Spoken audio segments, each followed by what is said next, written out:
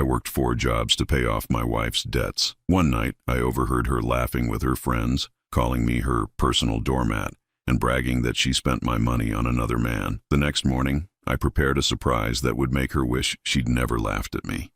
I'm glad to have you here. Follow my story until the end and comment the city you're watching from, so I can see how far my story has reached. My name is Dennis, and I'm 59 years old. For the past 3 years, I've been working 4 jobs just to keep my head above water. Every morning at 4:30, I wake up to start my shift at the warehouse. By 2 in the afternoon, I'm driving across town to my second job at the hardware store. Evenings find me stocking shelves at the grocery store, and weekends I spend doing handyman work for neighbors. I'm exhausted every single day, but I tell myself it's worth it because I'm helping my wife Ashley get back on her feet. Ashley is 42, 17 years younger than me, and when we married 8 years ago, I thought I was the luckiest man alive. She was beautiful, charming, and she made me feel like I could conquer the world. But somewhere along the way, things changed. She started having what she called financial emergencies. Her car needed repairs, her credit cards had unexpected charges, her sister needed help with medical bills. Each time I stepped up, each time I took on another job, worked longer hours, sacrificed a little more of myself. Last Tuesday night, I dragged myself home after a 14-hour day. My back was screaming, my hands were raw from lifting boxes, and all I wanted was to collapse into bed. But as I walked up to our front door, I heard laughter coming from inside. Ashley was having her weekly girls' night with her friends Melissa and Karen. I almost walked right in, but something in the tone of their voices made me pause. "Oh my God, you're so bad," Melissa was saying between giggles. "I can't believe he actually bought the whole story about your car transmission," Karen added. "How much did you say that cost again?" My hand froze on the doorknob. Car transmission? Ashley had told me last month that her transmission needed to be rebuilt, and I'd given her $2,800 for it. I'd worked 3 straight weekends of overtime to earn that money. $2,800, Ashley said, and I could hear the smugness in her voice. The poor man nearly cried when I told him. He actually asked if there was any way to get it done cheaper. The 3 of them burst into laughter again. I felt something cold settle in my stomach, but I stayed frozen where I was, listening. "And where did that money really go?" Melissa asked in a sing-song voice. "Vegas weekend with Ryan, of course," Ashley replied. "God, you should have seen the suite he booked. Floor-to-ceiling windows, champagne service, the works. We spent the whole weekend ordering room service and, well, let's just say we barely left the bed." My legs felt weak. Ryan. I knew Ryan. He was Ashley's friend from work, someone she mentioned occasionally. I'd even met him once at a company barbecue. He'd shaken my hand and complimented me on what a lucky guy I was to have Ashley. "You're terrible," Karen said, but she was laughing. "How do you keep a straight face when you ask him for money?" "It's easy," Ashley said, and her voice took on a colder tone. "Dennis is like a trained dog. I just have to look sad and mention some crisis, and he practically throws money at me. The man has no backbone whatsoever." I pressed my back against the door, my heart pounding so hard I was sure they'd hear it through the wood. "But doesn't he ever ask questions?" Melissa wondered. "I mean, 4 jobs, Dennis. That seems excessive." "That's the beauty of it," Ashley continued. "He's so desperate to be the provider, the hero, that he never questions anything. He just works harder and harder, thinking he's being this amazing husband. It's actually kind of pathetic when you think about it." "You're using your own husband as a personal ATM," Karen said. "Doesn't that ever bother you?" There was a pause, and when Ashley spoke again, her voice was matter-of-fact. "Look, I never pretended to marry him for love. Dennis was stable, financially secure, and completely devoted to me. I was 24 and broke. It seemed like a good arrangement at the time." "And now?" Melissa asked. "Now I'm having the time of my life," Ashley said. "Ryan treats me like a queen, takes me to all the places Dennis could never afford even when he was making good money. And the best part? Dennis is paying for all of it. He's like my personal doormat, and he doesn't even know it." The 3 of them dissolved into laughter again. I heard the clink of wine glasses, heard Ashley say something about how she'd convinced me just last week that she needed $1,500 for unexpected dental work. I remembered that conversation. I'd been so worried about her, had offered to take time off work to drive her to the dentist. She'd insisted she could handle it alone, that I should focus on work since money was tight. I'd felt guilty for weeks that I couldn't afford better dental insurance for her. Standing there on my own front porch, listening to my wife mock me to her friends, I felt something break inside me. Not just my heart, though that was certainly shattered. Something deeper than that. My sense of self, my understanding of my own life, my belief that the suffering and exhaustion of the past 3 years had been for something meaningful. I quietly backed away from the door and sat in my truck for 2 hours, just staring at nothing. When I finally went inside, the house was dark and Ashley was already in bed. She stirred when I slipped under the covers. "Hey, baby," she murmured sleepily. "How was work?" "Fine," I whispered back. "I missed you," she said, rolling over to kiss my cheek. The same lips that had been laughing at me just hours before. "I love you so much, Dennis. I don't know what I'd do without you." I lay awake until dawn, staring at the ceiling, feeling like a stranger in my own life. The woman lying next to me, breathing peacefully, had been playing me for a fool for years. Every sacrifice I'd made, every extra hour I'd worked, every time I'd chosen overtime over rest because she needed something, it had all been a lie. But what haunted me most wasn't just the betrayal. It was how easily she'd done it, how naturally the lies had come to her. This wasn't a moment of weakness or a mistake she'd regretted. This was calculated, deliberate, and she was enjoying every minute of it. As the sun started to rise, I made a decision. Ashley thought she was married to a doormat, someone too weak and devoted to ever fight back. She was about to learn just how wrong she could be. The days following that devastating night passed in a strange haze. I went through the motions of my routine: warehouse at dawn, hardware store in the afternoon, grocery store in the evening, but everything felt different. I was watching my own life from the outside, seeing it clearly for the first time in years. Ashley carried on as if nothing had changed.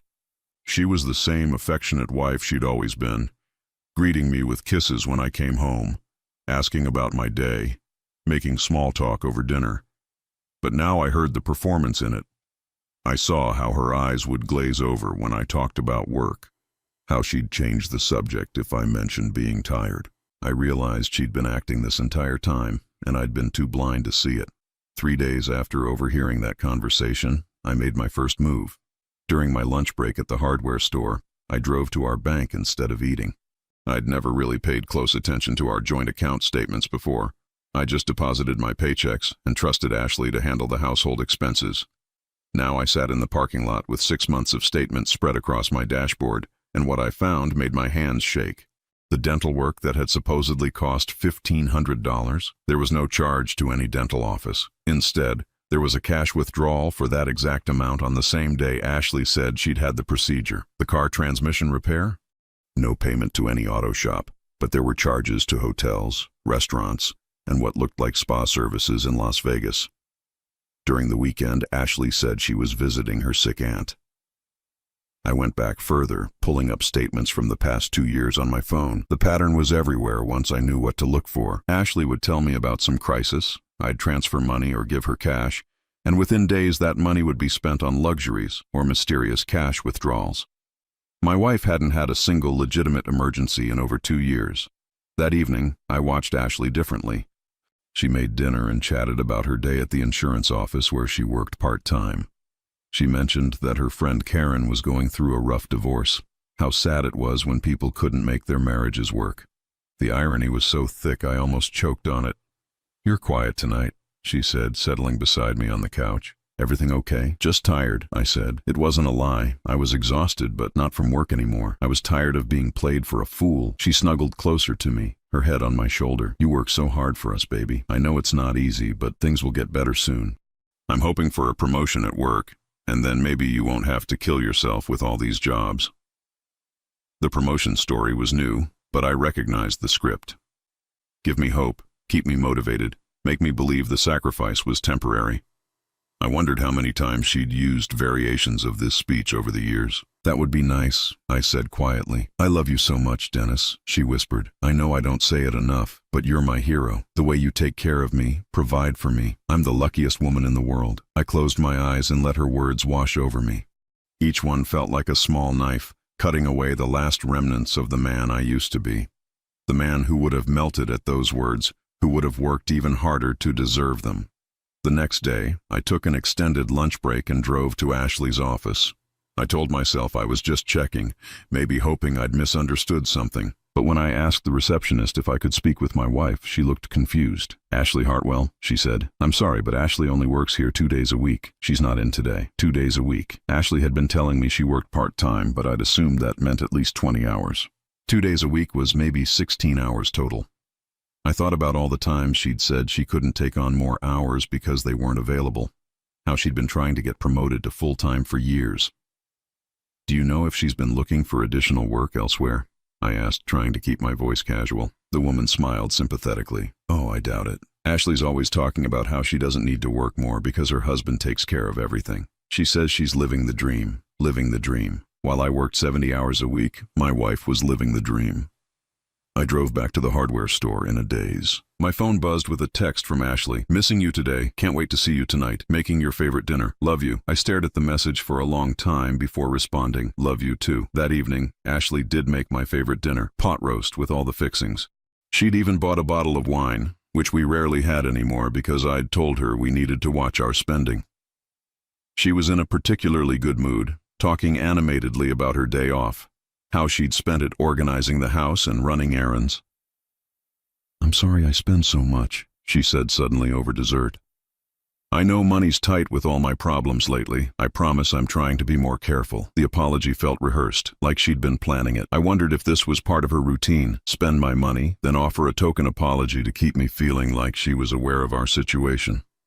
"What kind of errands did you run today?" I asked casually. "Oh, just boring stuff. Grocery store, bank, had to stop by the library to return some books." She smiled at me. "Nothing exciting." I nodded, but made a mental note. Tomorrow I would check if there were any charges on our account from today. I was starting to understand that everything Ashley told me needed to be verified. After dinner, she insisted on doing the dishes while I relaxed. As I sat in the living room, I could hear her humming in the kitchen, happy and carefree. For 8 years, I'd loved that sound. It had made me feel like I was providing not just financial security, but genuine happiness for the woman I loved. Now I realized she was humming because she'd successfully extracted another day's worth of free living from her personal ATM. She was happy because her scam was working perfectly.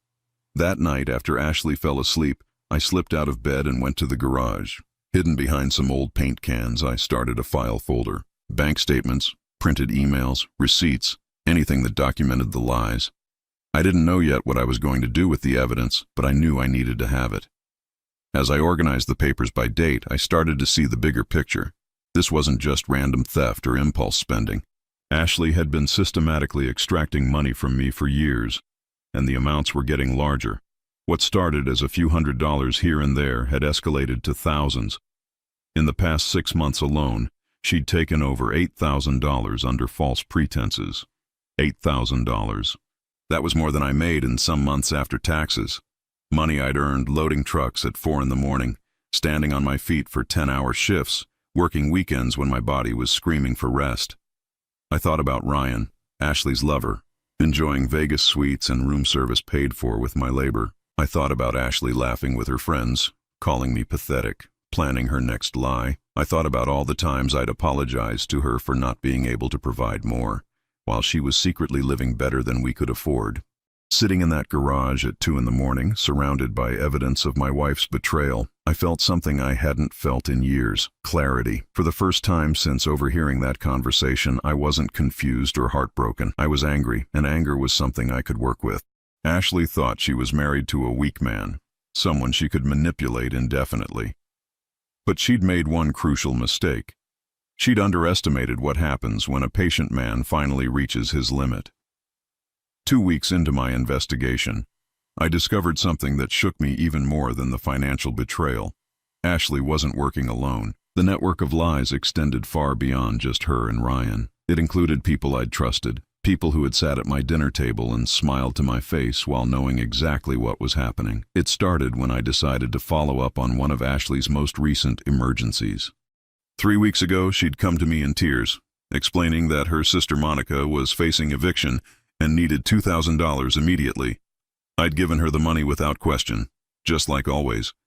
But when I checked our bank records, there was no wire transfer, no check written to Monica, just another cash withdrawal. On Saturday afternoon, while Ashley was supposedly at the grocery store, I drove to Monica's apartment complex. I'd only been there once before for a birthday party last year, but I remembered the way. When Monica answered the door, she looked genuinely surprised to see me. "Dennis, what brings you by?" "I wanted to check on you," I said carefully. "Ashley told me you were having some financial troubles." Monica's expression shifted to confusion. "Financial troubles? No, everything's been fine. Actually, things have been really good lately. I got that promotion at the hospital, remember?" Ashley was so excited when I told her. I felt that familiar cold feeling in my stomach. "When did you tell her about the promotion?" "Oh, about a month ago." "Why? Is everything okay?" "A month ago, right around the time Ashley had come to me crying about Monica's supposed eviction notice. I made some excuse about mixed messages and left quickly, but my mind was racing. Ashley hadn't just lied about Monica needing money. She'd deliberately used Monica's good news as cover for her lie. That evening, I watched Ashley unpack groceries and chatter about her day. She mentioned running into an old friend at the store, complained about the long lines, showed me the receipts to prove she'd stayed within our tight grocery budget. Every word was calculated to reinforce the image of a frugal, responsible wife who only took money from me when absolutely necessary. "How's Monica doing?" I asked casually while helping put away canned goods. "Oh, you know Monica," Ashley said with a sigh. "Still struggling, but she's proud. She won't admit when she needs help." The lie came so easily, so naturally, that I almost admired the skill of it. If I hadn't visited Monica myself, I would have believed every word. Monday morning, I made another discovery that changed everything. During my break at the warehouse, I called Ashley's friend Karen. I'd been thinking about that night I'd overheard them talking, remembering how comfortable Karen had seemed with Ashley's deception. I wondered if Karen might know more than she'd let on. "Hi, Karen. It's Dennis," I said when she answered. "I hope I'm not bothering you at work." "Oh, hi, Dennis. No, it's fine. Is everything okay? I was wondering if you could help me with something. I'm trying to plan a surprise for Ashley, but I need to know her schedule. Do you know if she has any plans this Thursday afternoon?" There was a pause. "Thursday? Well, she mentioned something about meeting Ryan for lunch, but I thought, wait, is this for the surprise?" My blood went cold. "Ryan?" "Yeah, you know, from her work. They've been." Another pause, longer this time. "Dennis, you do know about their lunch meetings, right?" I gripped the phone tighter. "Of course. I just wanted to make sure I had the timing right." "Oh, good. I was worried for a second. Ashley said you were totally fine with their friendship, but sometimes men can get weird about these things, you know." After I hung up, I sat in my truck for 10 minutes trying to process what I'd just learned. Karen wasn't just aware of Ashley's deception, she was actively helping to cover it up. She was monitoring my reactions, making sure I stayed in line with the story they'd all agreed upon. That afternoon, I made a decision that felt both terrifying and liberating.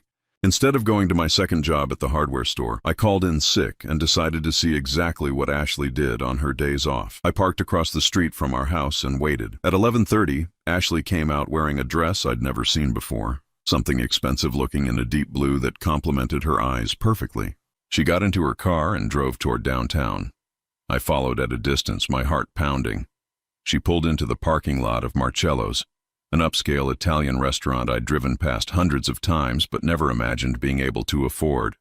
Through the window, I watched her walk inside and immediately embrace a man I recognized as Ryan. He kissed her cheek, then her lips, and led her to a table by the window. I sat in my truck across the street and watched my wife have lunch with her lover. They held hands across the table, fed each other bites of food, laughed like they were the only two people in the world. Ashley looked radiant, more alive and happy than I'd seen her in years. Certainly happier than she looked when she was with me. The lunch lasted 2 hours. Afterward, Ryan walked Ashley to her car, kissed her goodbye, and handed her what looked like a small gift box. She stood on her tiptoes to kiss him again, then got in her car and drove home. I waited another hour before heading home myself. When I walked through the door, Ashley was in the kitchen, back in her regular clothes, preparing dinner like she'd been there all afternoon. "Hey, baby," she said, kissing my cheek. "How was work?" "Fine," I said. "How was your day?" "Boring," she replied with a laugh. "Just cleaned the house, did some laundry, watched a little TV. I swear, sometimes I think I'm getting old. I actually took a nap this afternoon." I nodded and went to change clothes, but my mind was reeling. The casual nature of her lies was breathtaking. She wasn't nervous or guilty. She was completely comfortable deceiving me about how she spent every minute of her day. That evening, I called Melissa, Ashley's other friend from that girls' night. I used the same story about planning a surprise, hoping to learn more about how deep this conspiracy went. "Oh, Dennis, that's so sweet," Melissa gushed. Ashley is so lucky to have you. You're always doing thoughtful things for her. I try, I said. I just want to make sure I don't interfere with any plans she might have. Has she mentioned anything special coming up? Well, there's her weekend trip next month, but I'm sure you know about that already. Weekend trip. Ashley hadn't mentioned any weekend trip to me. Of course, I just want to make sure I have the dates right. The 15th and 16th, I think. She's so excited about the spa package. She said Ryan really went all out this time. After I hung up, I sat in stunned silence. A spa weekend with Ryan, planned for next month, that I was apparently supposed to pay for without even knowing it existed. I thought about how Ashley would probably approach me in a few weeks with some story about needing money for a family emergency or medical procedure, while she was actually planning a romantic getaway with her lover. But what disturbed me most was how casually Melissa had mentioned it, assuming I already knew. These women weren't just keeping Ashley's secret. They were operating under the assumption that I was somehow okay with being cuckolded and financially exploited. They thought I was such a pathetic doormat that I would knowingly fund my wife's affair. That night, after Ashley fell asleep, I added everything to my growing file. The lunch at Marcello's, the lies about Monica, the planned spa weekend, the casual way her friends discussed my humiliation. I was starting to see the full scope of what had been done to me. This wasn't just an affair. And it wasn't just financial fraud. It was a systematic destruction of my dignity, orchestrated by multiple people who viewed me as nothing more than a useful fool. They had turned my love for Ashley into a weapon against me, using my devotion to fund their entertainment. As I organized the evidence, I realized something else.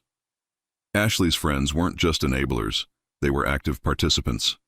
They helped create alibis, they monitored my suspicions, they even seemed to enjoy the game. To them, I wasn't a person being wronged. I was a character in their story, a convenient plot device that made Ashley's double life possible. The woman I'd married, the woman I'd worked myself to exhaustion for, had spent years turning me into a joke shared among her friends. But as I sat there in the garage, surrounded by proof of their betrayal, I felt something shifting inside me. The hurt was crystallizing into something harder, something more focused. They thought they knew Dennis the doormat, Dennis the fool, Dennis the man too weak to fight back. They had no idea who they were really dealing with, and they were about to find out that some mistakes can't be undone. 3 weeks after discovering the full extent of Ashley's network of deception, I was ready to begin my counterattack.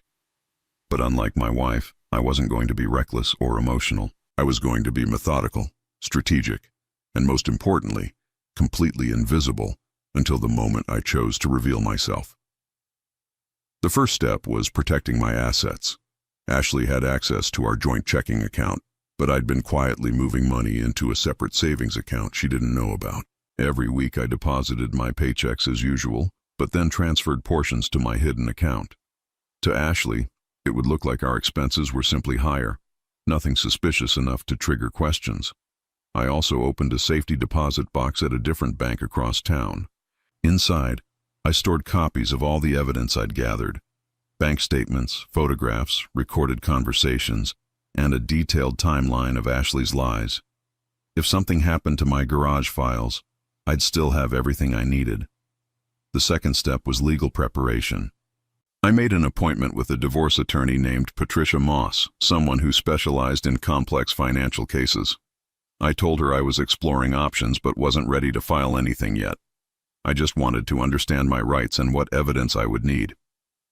Patricia was a sharp woman in her early 50s with steel gray hair and piercing blue eyes. She listened to my story without judgment, taking notes in a leather portfolio.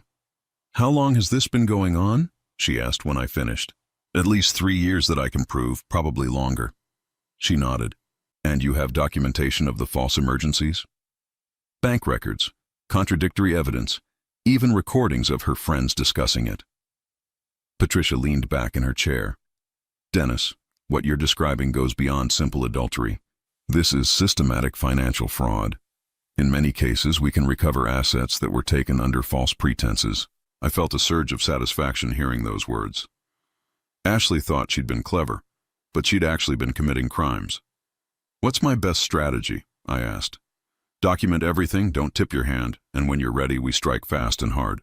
Don't give her time to hide assets or create counter-narratives." That afternoon, I implemented the third part of my plan, gathering real-time intelligence. I installed a GPS tracker on Ashley's car, a small device I ordered online that looked like part of the vehicle's undercarriage. I also set up software on our shared computer that would log her activities when I wasn't home. Within a week, the tracker revealed Ashley's true schedule. On days she claimed to be working, she was actually meeting Ryan at various locations around the city. Hotels, restaurants, shopping centers. They had an entire routine that I'd been unknowingly funding. The computer monitoring was even more revealing. Ashley spent hours on social media, posting carefully curated photos that made our marriage look perfect.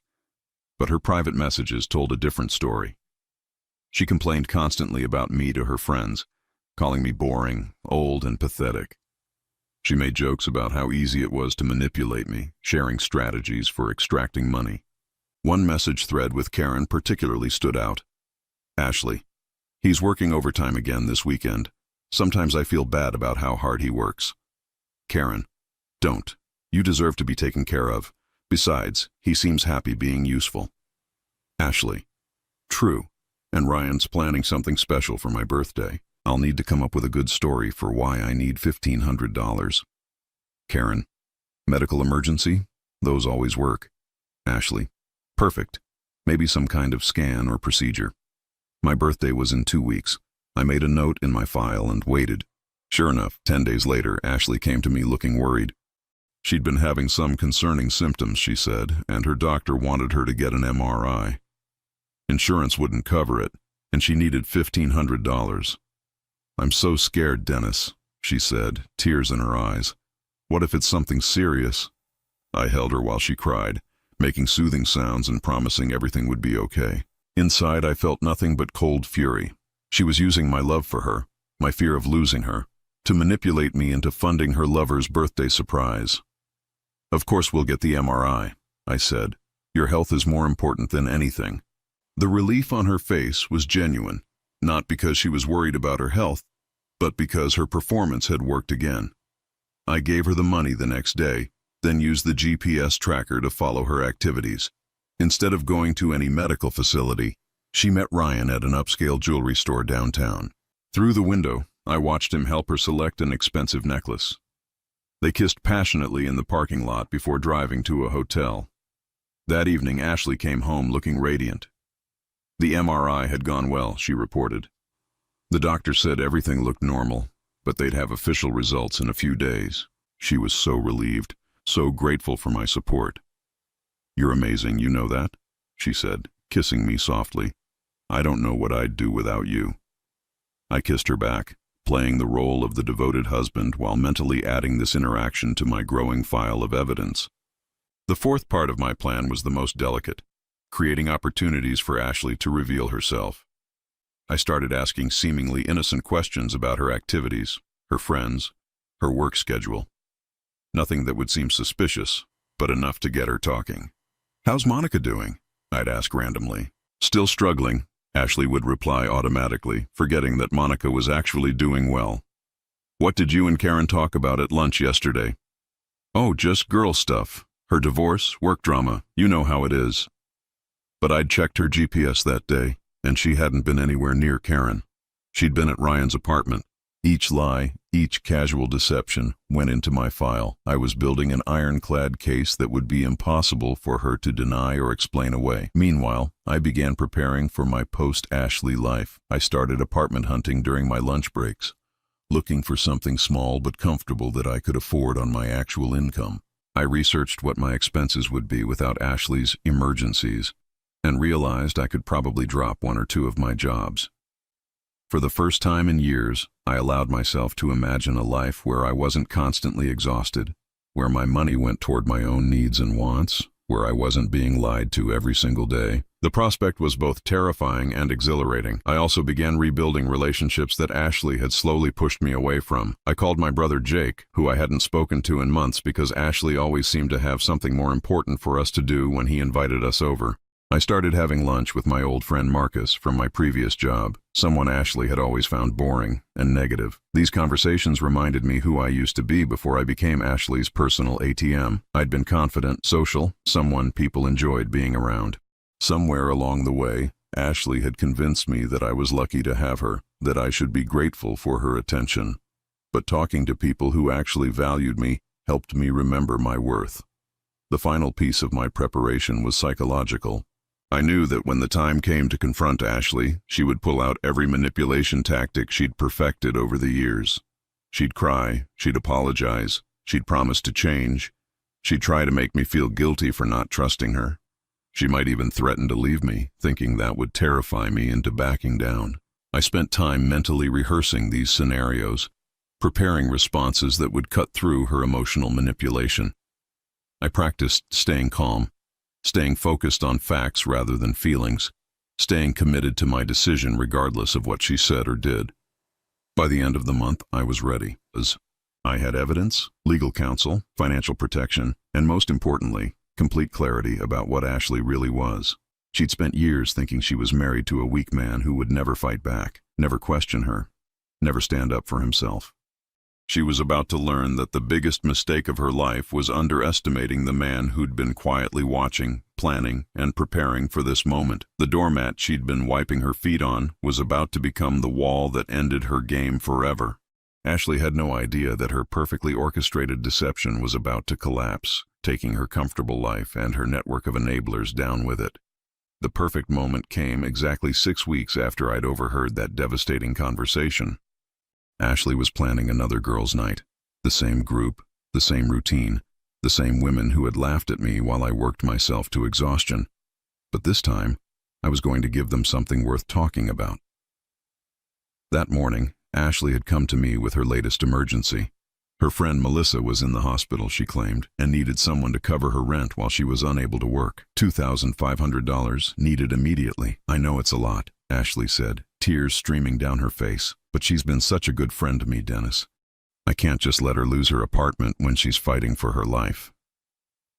I held her while she cried, making all the right sympathetic sounds. Of course we'll help Melissa, I said. Family and friends come first. The relief in Ashley's eyes was immediate.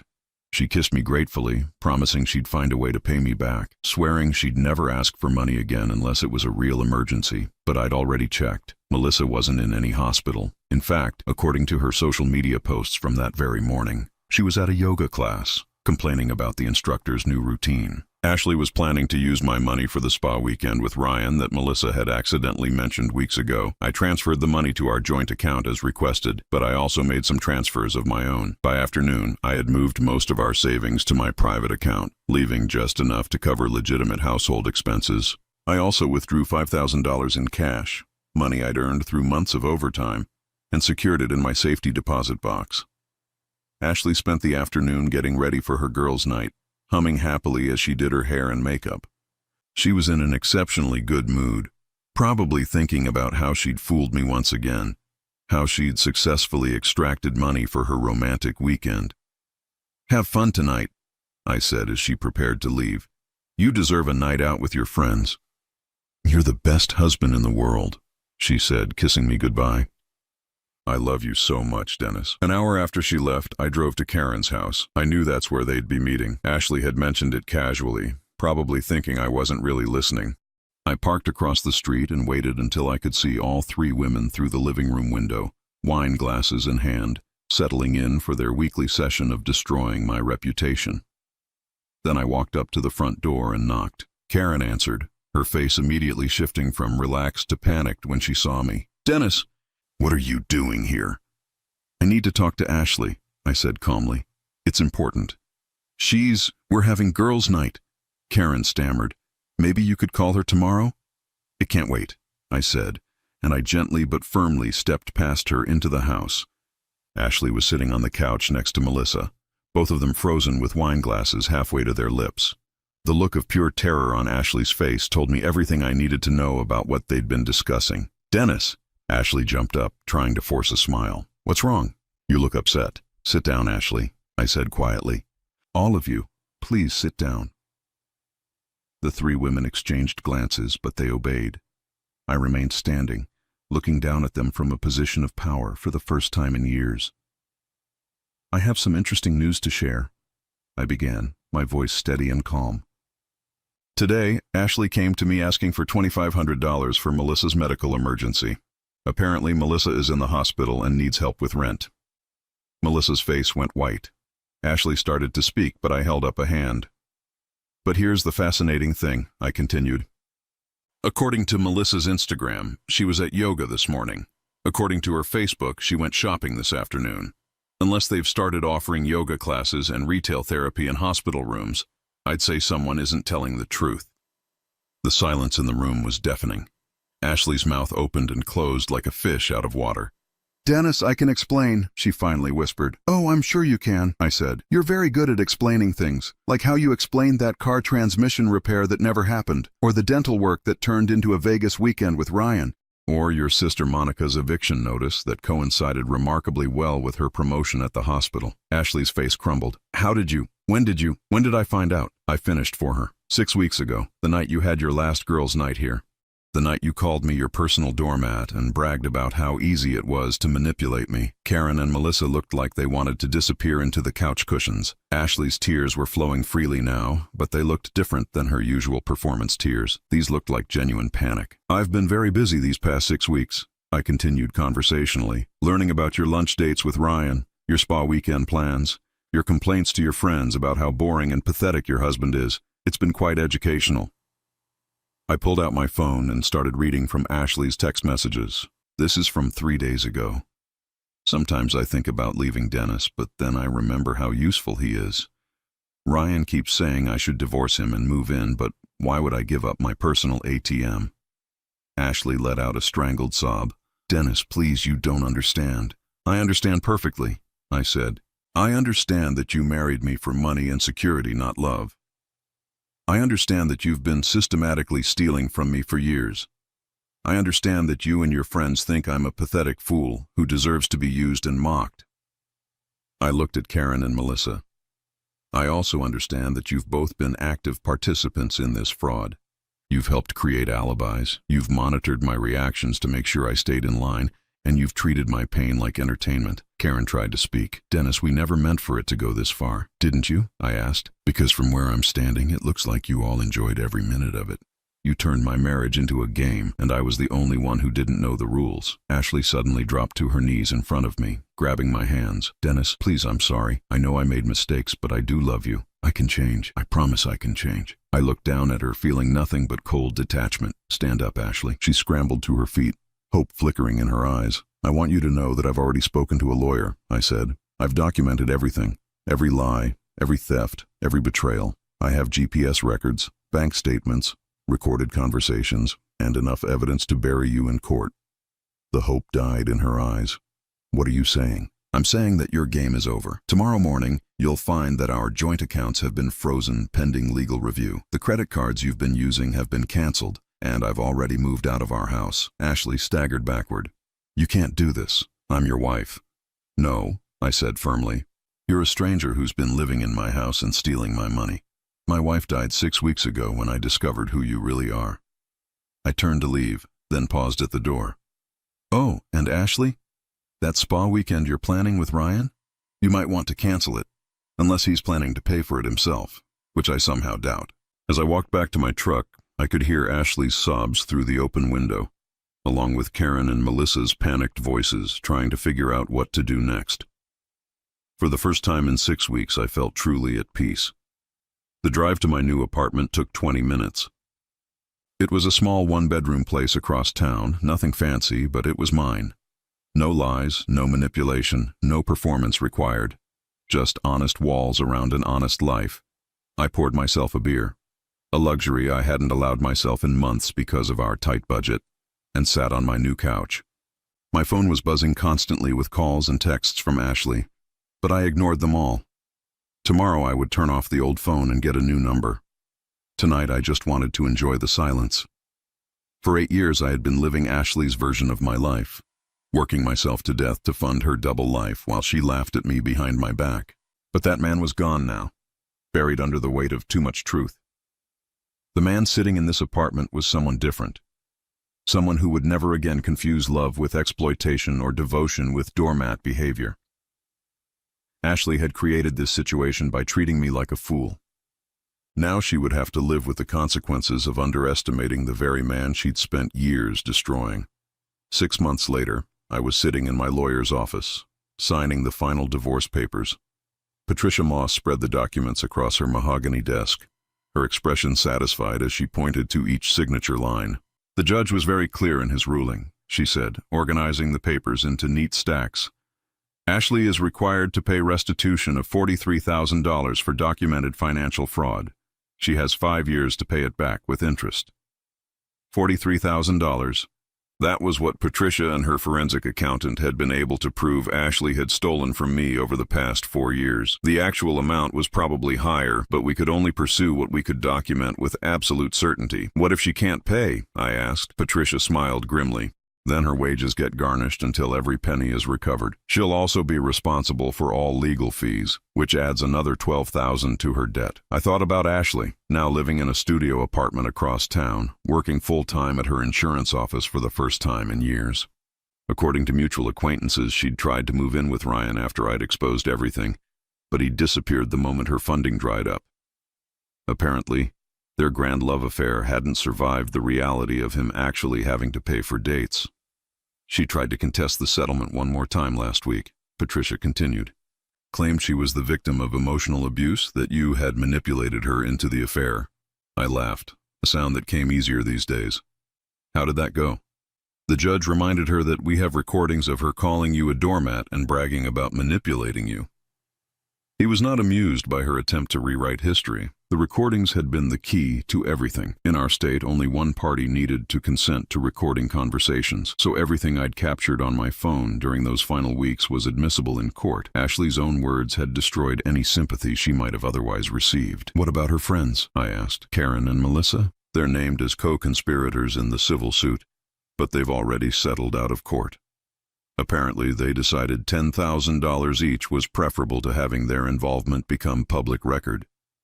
That money had been satisfying to receive, but more satisfying was knowing that Ashley's entire support network had crumbled. When faced with actual consequences for their actions, her friends had abandoned her faster than Ryan had. Ashley was learning what it felt like to be truly alone, something I'd experienced for years while living in her house of lies. I signed the last document and pushed it back across the desk. "So it's really over?" "It's really over," Patricia confirmed. "You're a free man, Dennis." Walking out of that law office into the bright afternoon sunshine, I felt lighter than I had in a decade. The past 6 months hadn't been easy. There had been court dates, depositions, and endless paperwork. Ashley had tried every manipulation tactic in her arsenal, from tearful apologies to angry threats to attempts at seduction. But I'd been prepared for all of it, and none of it had worked. The most pathetic moment had come 3 months ago, when Ashley had shown up at my apartment at 2 in the morning, drunk and sobbing. She'd begged me to take her back, promising she'd change, claiming she'd realized how much she truly loved me. But even through her tears, I could see the calculation in her eyes. She wasn't sorry for what she'd done to me. She was sorry she'd been caught. "I made mistakes," she'd slurred, clinging to my doorframe. "But everyone makes mistakes, Dennis. You can't throw away 8 years of marriage over some mistakes." "You're right," I'd said calmly. "Everyone makes mistakes. But what you did wasn't a mistake, Ashley. It was a choice.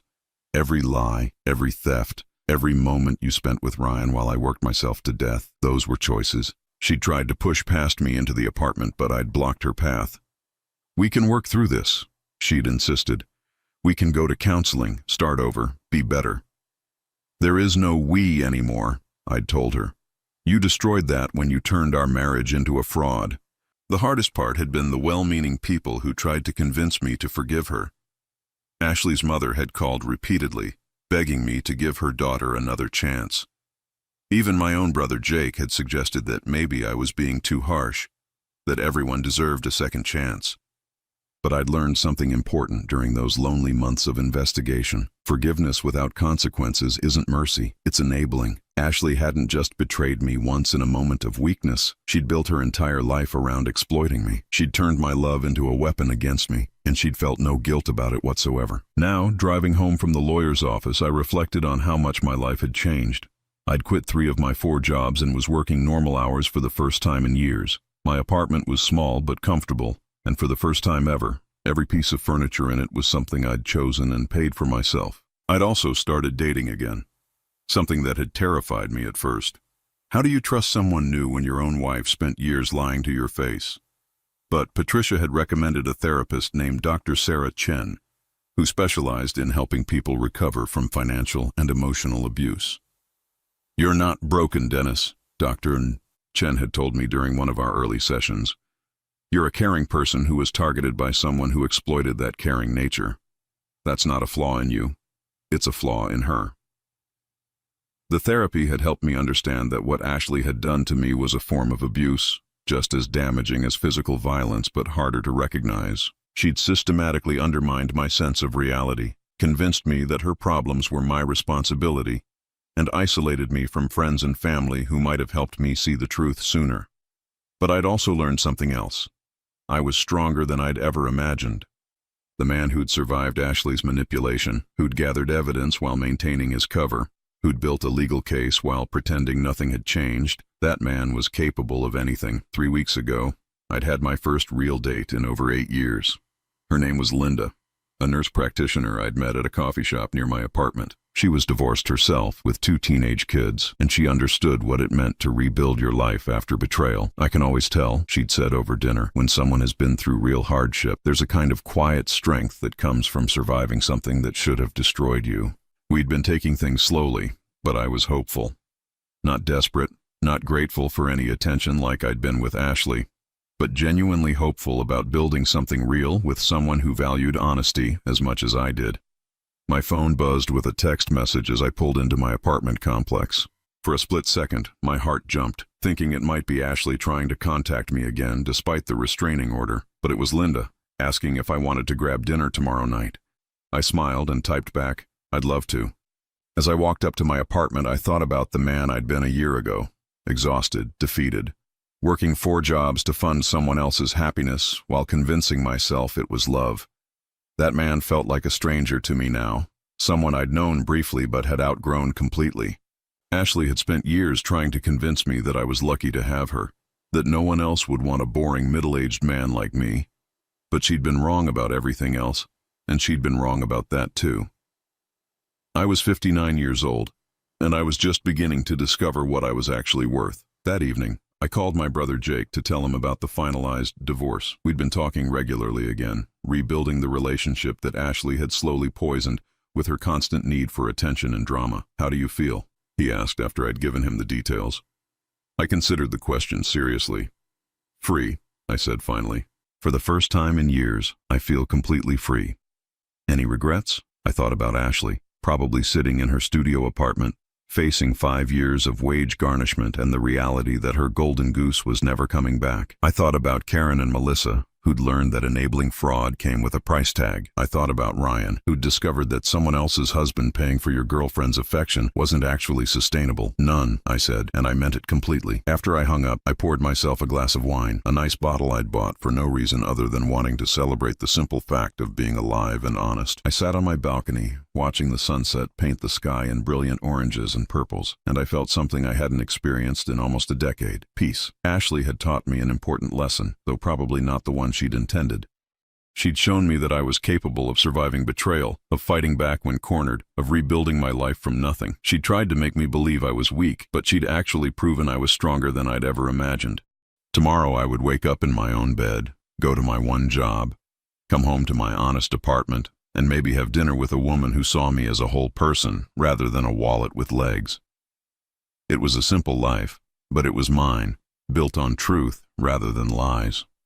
For the first time since I was 59 years old, I was excited to see what came next.